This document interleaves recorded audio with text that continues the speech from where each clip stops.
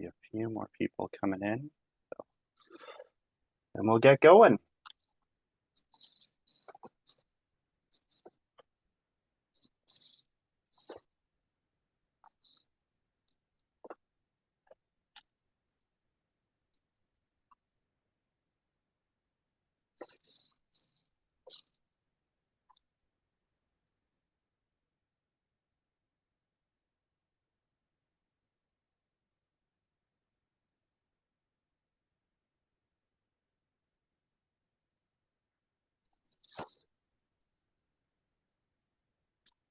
All right, we've probably given people enough time, and just so everybody knows, the webinar will be recorded, so you can receive a copy at the end. And for those who might be joining a little bit later, they'll be able to pick up and see what they missed.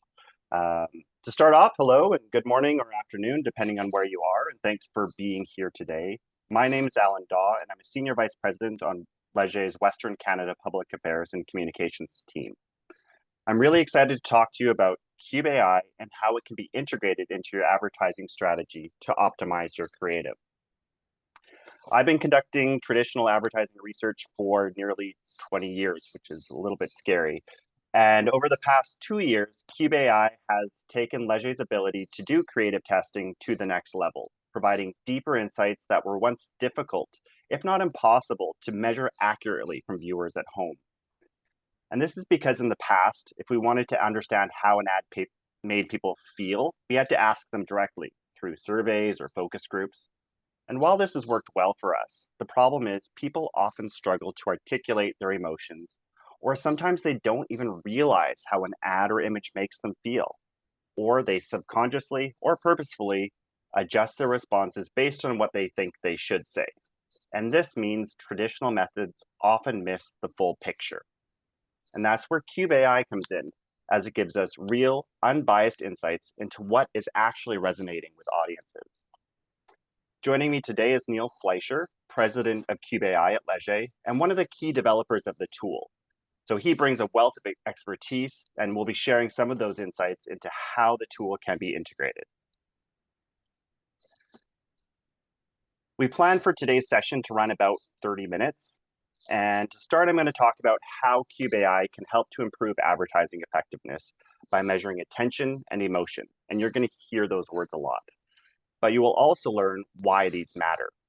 We'll also show you how you can integrate Cube AI at different stages of creative development, whether you're testing early concepts, refining storyboards, or making final optimizations before or after launch.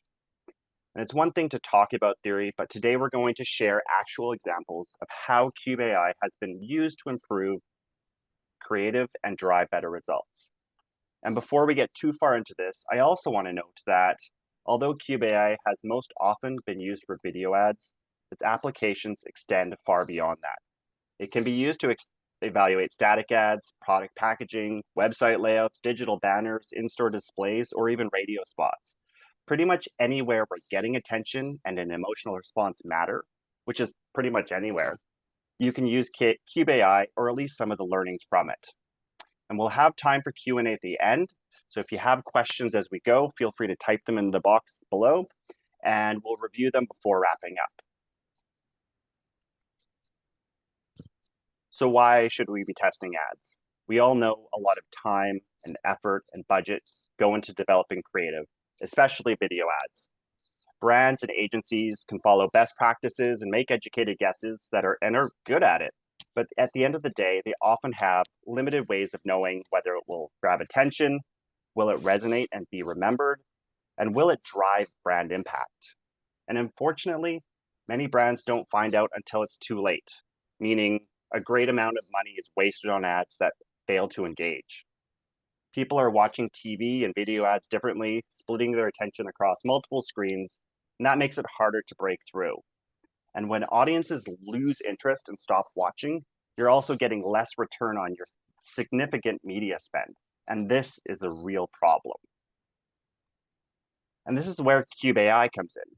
By understanding unconscious audience responses and using those insights to refine your campaign, particularly before launch, you can maximize your return on investment by having stronger, more engaging ads. And having stronger, more engaging ads can improve long-term memory recall, brand recognition, and potentially even customer loyalty by ensuring your message stays with your audience long after they've encountered it. So what is Cube AI? For those who aren't familiar, Cube AI is a biometric tool born from academic innovation. And it was developed by Neil's team using facial recognition technology, need a little bit more coffee, to measure and optimize how ads and images capture attention and evoke emotion. And importantly, it's backed by Leger, Canada's largest Canadian-owned market research firm. And we've worked to ensure Cube AI delivers credible, precise, and data-driven insights you can trust. And what this means for you is Cube AI isn't just another tool, it's built on real science and designed for real-world impact. Because attention and emotion aren't just buzzwords. They're directly tied to ad effectiveness.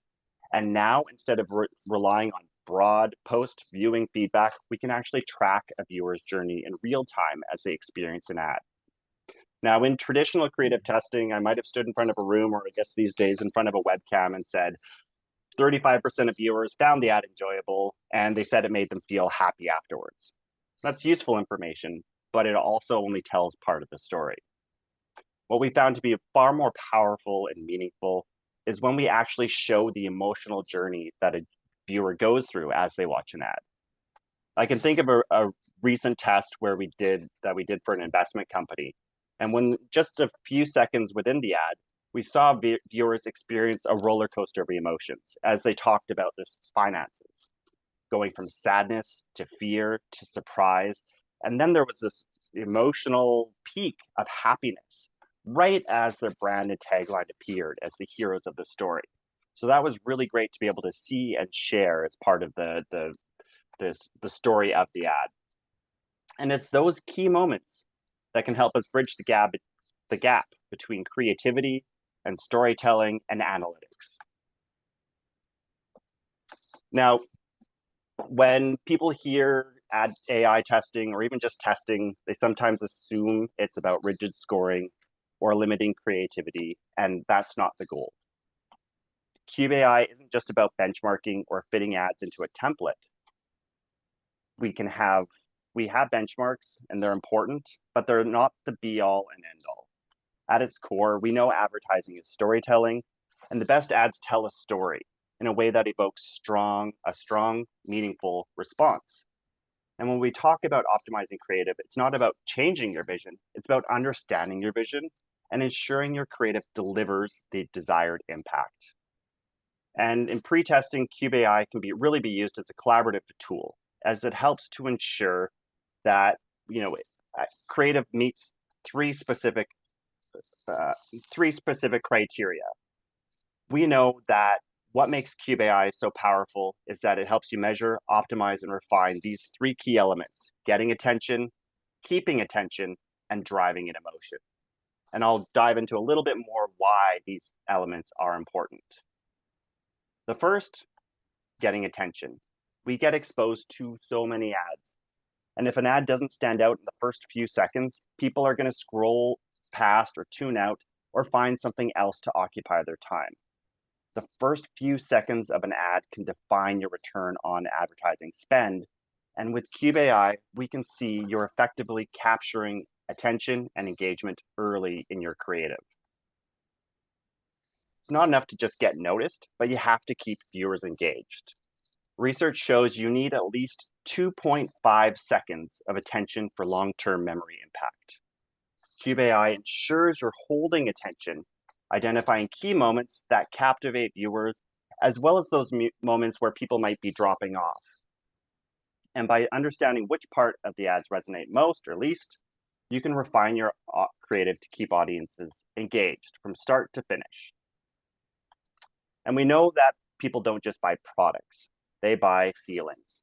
Emotional ads drive higher purchase intent and decision making.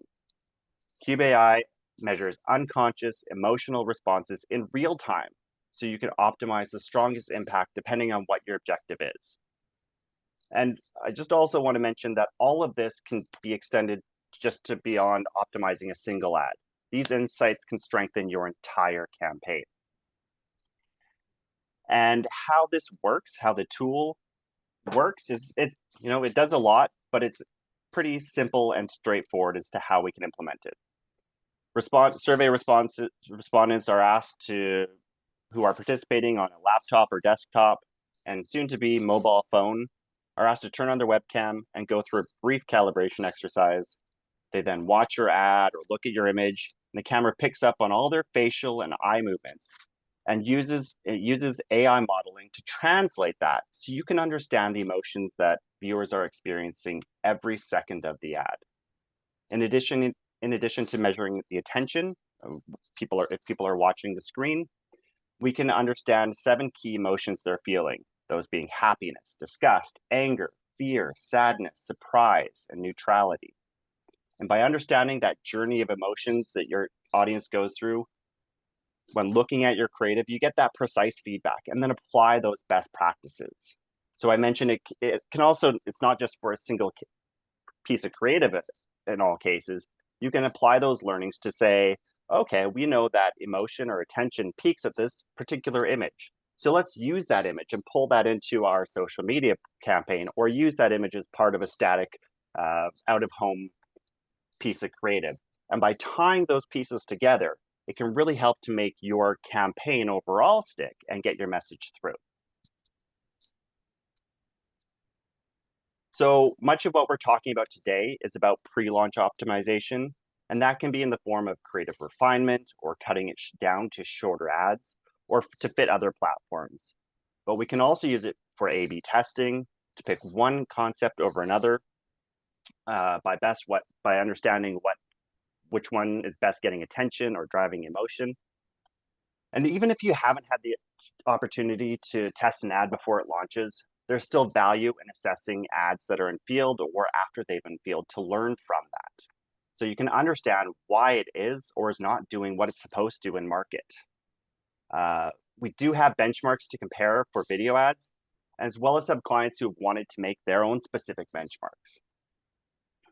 And as I noted earlier in the presentation, the tool can be applied for other types of tests. For example, in package testing, it can reveal whether a product design stands out on the shelf or whether consumers engage with the key messaging.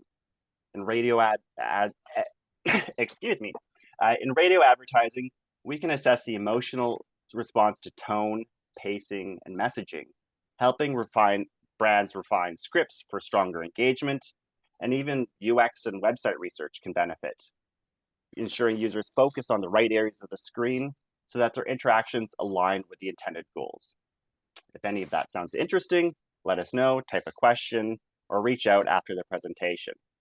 And I'll pass it over to Neil now to share some particular insights on how to optimize your ads. Thanks, Alan. I love facial recognition. I wrote it down, and that's I loved it. So yeah, thanks. That was a great introduction and everything. And I'm gonna talk to you about what we achieved last year and what we learned. So last year we tested over 45,000 participants and close to 250 ads tested. And one ad stood out in terms of attention and emotion measures. And we'll play that just for you to have a look. I'm Michael Cera, and human skin is my passion, which is why I developed this. CeraVe. Oh, you didn't know? Oh. Can skin truly be this moisturized? Oh. Yeah. Wow. Let my cream hydrate you. 3 essential ceramides. CeraVe. Developed with Michael Cera. V. We like? So my name is Sarah. And so it's perfect crossover opportunity. So not all of us have the budget to have Michael Cera be part of our advertising campaigns. In fact, this was a Super Bowl ad, which tends to perform very, very well on testing, especially for emotional response, and people align well to the characters. But we learned a lot last year. And part of what we learned is, Alan had mentioned, we have this pledge to be part of the creative process. While benchmarking is important, what's more important is that we want to be part of optimizing your creativity. And over the year, we've understood the best practices and best creation for ads that have certain emotional journeys, stuff like crescendo ads, hook and release ads, sudden impact ads, or the feel good ride. This is an unbelievable commercial from Honda, which I would suggest everybody go look at after. And this is the definition of an inspirational emotional journey, where we have our highs, we have our lows. And you can see around the 10-second mark, we have a peak. We're bringing people up, but then they go back down.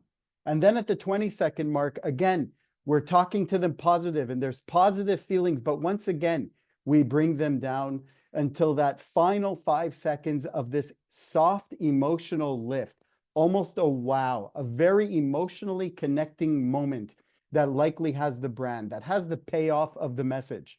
This would be a client saying, we want an inspirational ad. Did we optimize for that? And this ad optimized for inspiring people through their message. Now, an inspirational ad is not the same as a humoristic ad, but you can't compare the two. So really, what did you want to achieve and did you achieve it is really part of what we want to be part of the process. Also, we've learned a lot about the importance of a strong start, that primary impact. Early moments shape brand opinion and memory.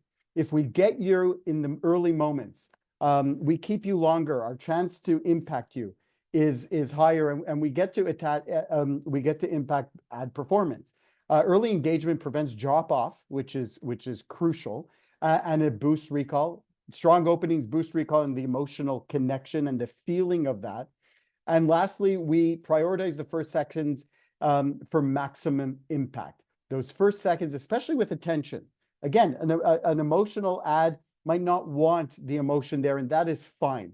But if we don't, as Alan said, get your attention in those early moments, we've lost a big opportunity to impact the viewer and impact our campaign success.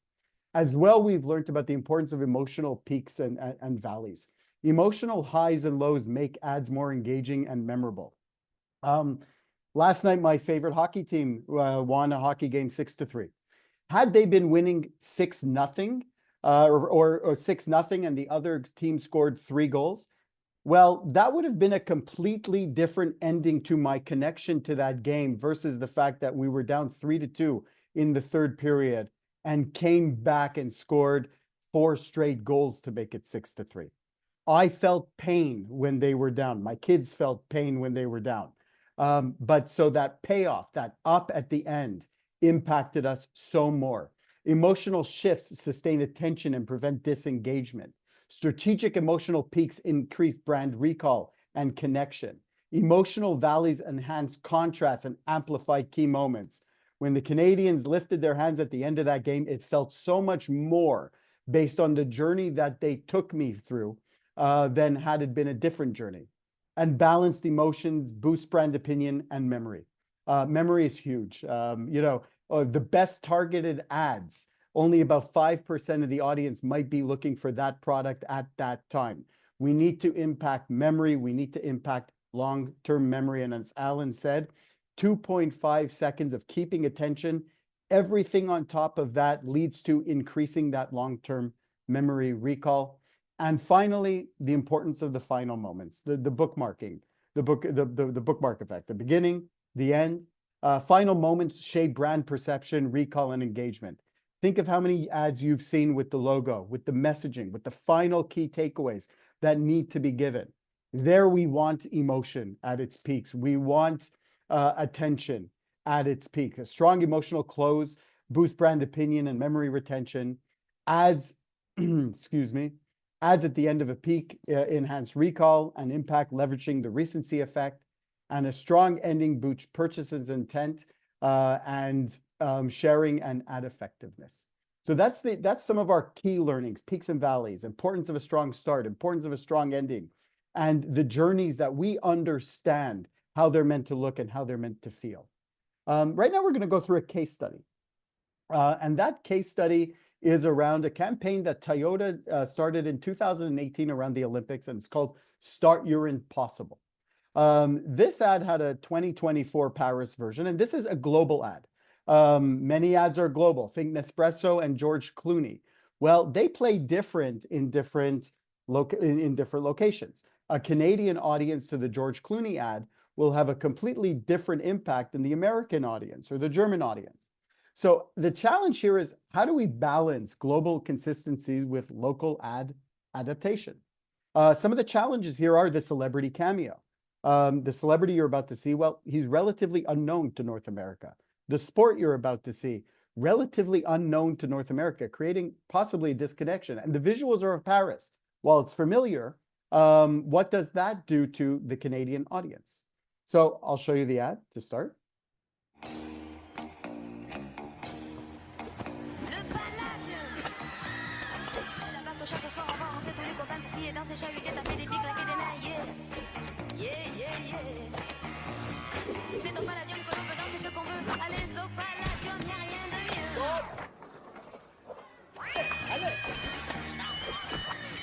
We believe no journey is taken alone.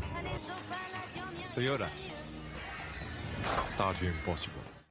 The red, yellow, green, blue blob going around the screen, that's a different measurement of attention. That is, where am I paying attention to?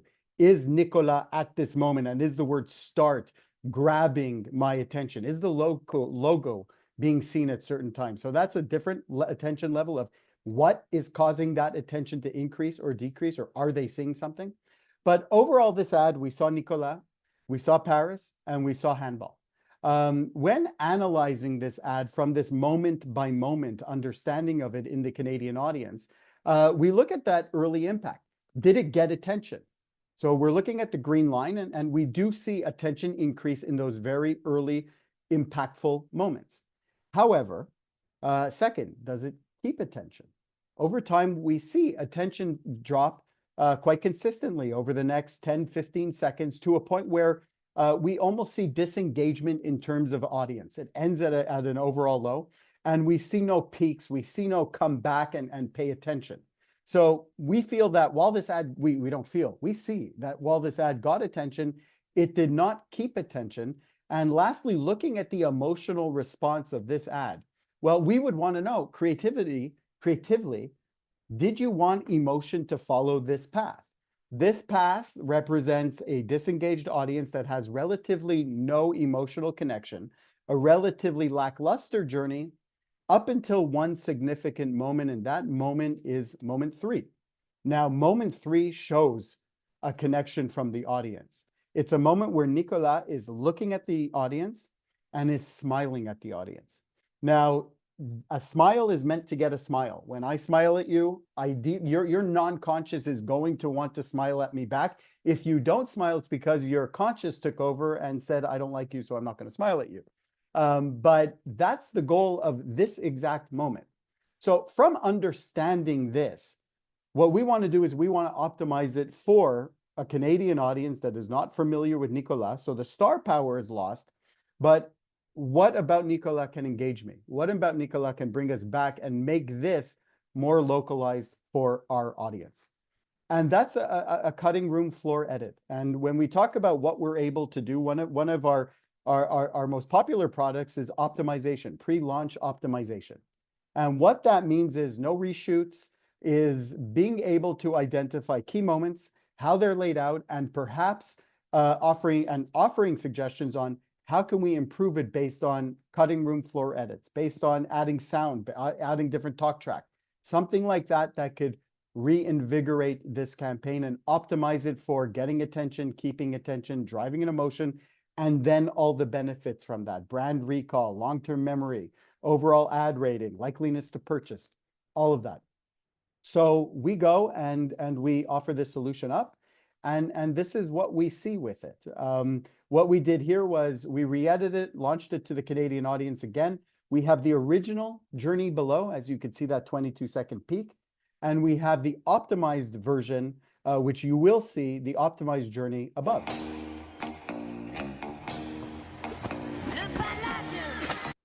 Right there. That's the difference.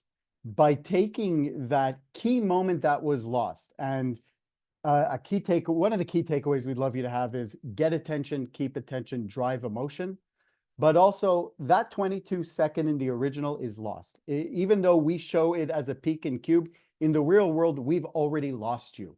So by bringing it over here to about the 4-second mark of this commercial, as early as we could bring it so that the storyline makes sense and everything, look at what happens to the attention.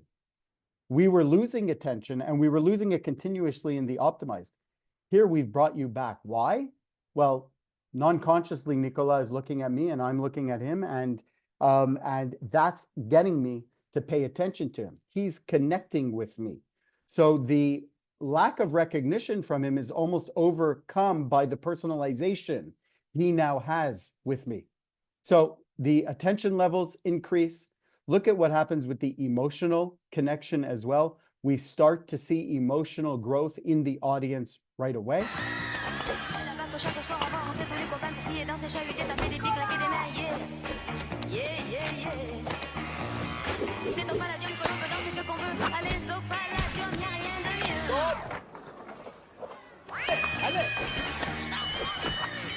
We believe no journey is taken alone. And all of that leads to final moments, which we've told you are so important, that have messaging. Oh, sorry about that. That have our branding and have everything, but that is so much more impactful because we actually have our emotional peak around seeing Nicolas playing his sport, a sport that is unfamiliar to us, but yet you manage to now engage me with it. Toyota is met with high peak levels of attention, as well as Start Your Impossible. The reason for this campaign now has a peak in attention and a peak in my emotional response. So Alan mentioned, and this is really, we're proud of this. It's not just video ads, what we do. A lot of what we do is how do we optimize contact that you have with your client, be it on a website, through user experience optimization, to which we've worked with some of the biggest companies in Canada, to out-of-home advertising. Out-of-home advertising, do we want to get attention? Yeah. Do we want to keep attention? Well, that's interesting because it depends where. Obviously, we'd love to keep your attention, but we don't want you stopping on a highway because you saw this IKEA ad and decided to stop and engage with the ad. But we do want to drive an emotion. So for a highway ad where multiple exposure in short time is very important, well, we know that we need to get your attention and we need to drive your emotion as the second point that we need to get to. Keeping your attention is somewhat not realistic. However, this same ad in a subway station, well, we have you for about 5 to 6 minutes at that point. So we are able to design for getting attention. As well, packaging. We help companies understand from a macro level, does our package stand out on that shelf? And then from a micro level, once the client or the customer, potential customers, take it in their hand, what are they considering? What's driving their decisions? Are they engaging with what I want them to engage with? And how can I optimize for, well, emotional response as an example? If we want somebody to make an impulse decision on purchasing, emotions have to come in. So that's, Alan, please. All right. Just to sum it up, you've heard it a lot. Get, keep, drive. Get attention, particularly within the first few seconds of a spot, really helps to set the stage. Keeping attention, engagement, you must keep people interested and captivated throughout your ad. And ultimately, you want to drive emotion. And emotional peaks can be used and leveraged, and they can influence people to take action and remember the spot. We've seen that small changes can make a big impact. With that Toyota ad in particular, taking that positive moment of the smile and moving it to the early point of the ad really helps to optimize the attention, keeping and driving emotion.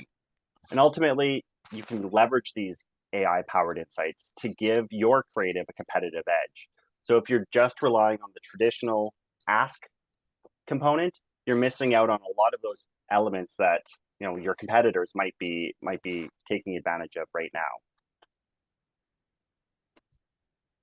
So with that, we have a few questions already, and I joked with Neil that I would send all the hard ones to him, but most of them I think I got a pretty good idea of. first one, yes. Robin messaged me afterwards, and you'll get the very first Recochnology hat or T-shirt or something once it's made. There is a question about facial coding and do respondents need to agree to be video recorded? The answer is yes. When people opt within the standard survey process, they go through and they're asked, A, are they on a web desktop or laptop that's webcam enabled, and do they give their consent to be recorded for the purpose of this technology? So consent part is important. If people do not want to do the Cube AI portion, we still offer them the option to watch the ad and provide their stated feedback. And that's where we have diagnostics and we have benchmarks to compare against, because that's still important. And that actually ties back to one of the other questions about measuring brand link and recall. Recall, in terms of aided recall, that's where it's more of a stated piece. Have you seen this ad in market previously? Yes or no? So whether a person watches the ad on or sees the ad on Cube or within Decipher, we're still going to be able to measure recall of the ad overall. Brand link is another one where we ask it, we ask it or have attributes around, is the brand strongly connected to or is the ad strongly connected to the brand? But there are also other elements that we can use within the tool. So that heat mapping piece, what we can do is look at as your brand is introduced, if it's in the corner of the screen or if it's shown at the end. It's not just about brand link, it's about recognition. So are people actually looking at it when it's there? Or how are they feeling when it's there? So that's the kind of the unconscious reaction to your brand there, as well as, and then we tie that with the traditional, hey, was it connected to, or how strongly was it connected to your brand? Another question, you mentioned norms for video testing. Do we have unfinished norms versus finished norms? And if so, what differences do we see? I would say again, Neil can jump in at any time, but I would say, or right now, the unfinished one is a lot more of we're working with you to help refine your story, because a lot of different agencies and brands will offer their concepts in different ways, and there's no right or wrong answer. So when we do that, we're looking at how people are engaging to help with the optimization part. Yeah. All right. Emotion. It seems emotion is negatively correlated with attention.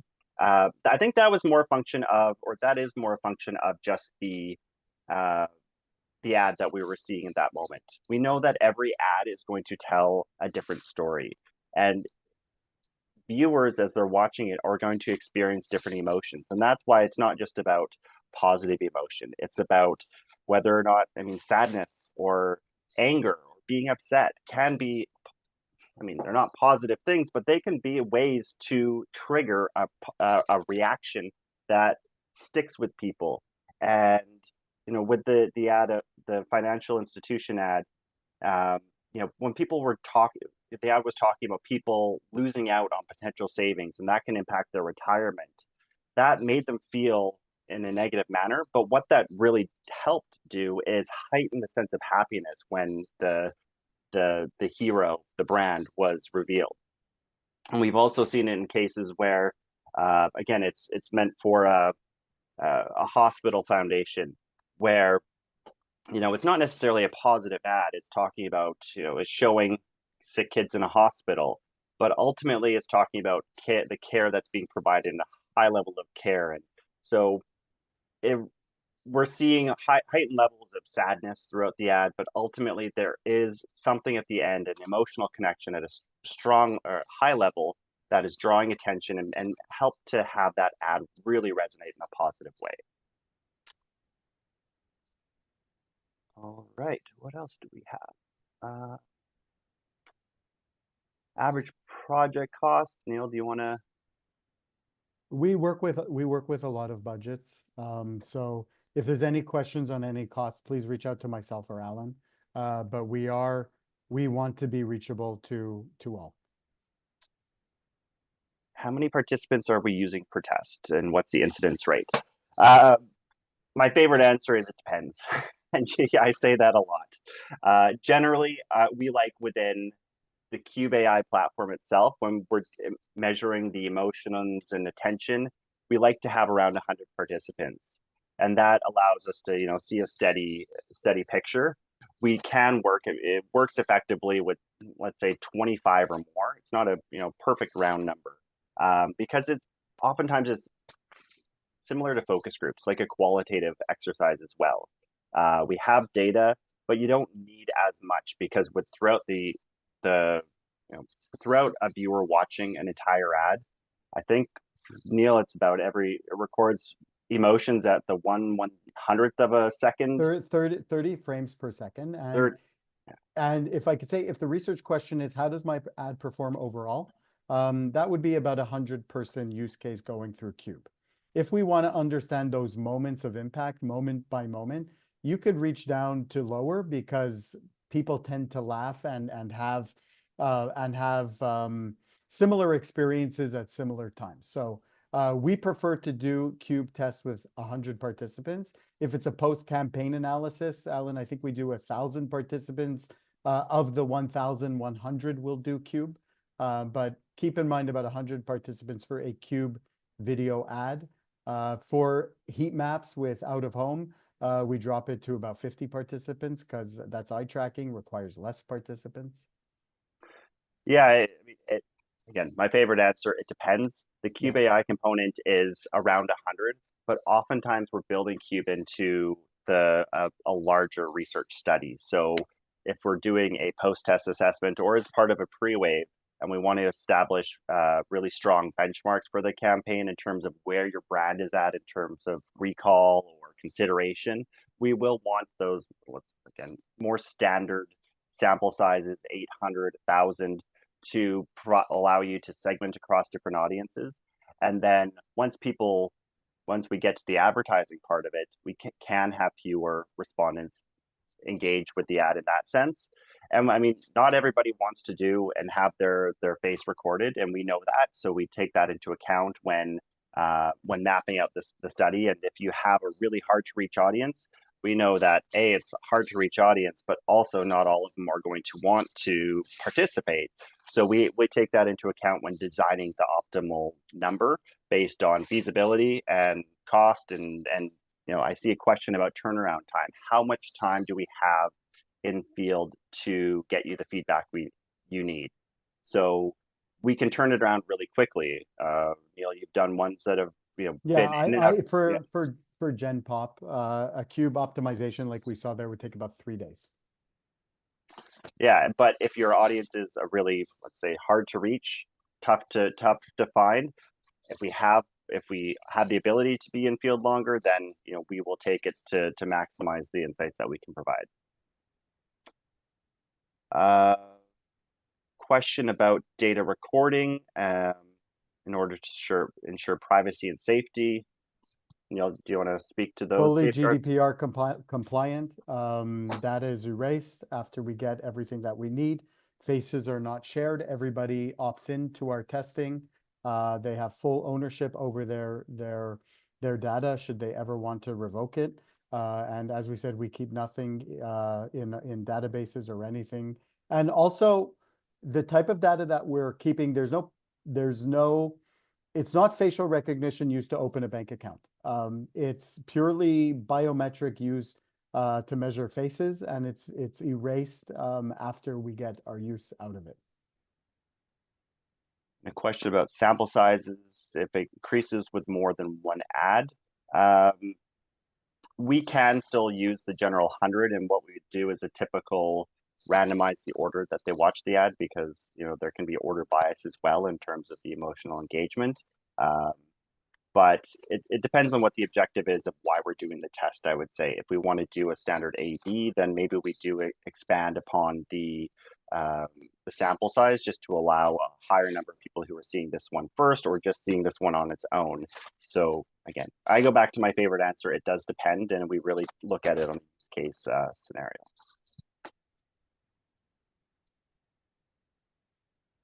I think we've answered this one. Do we use Cube AI to test an ad, or is it part of a larger survey?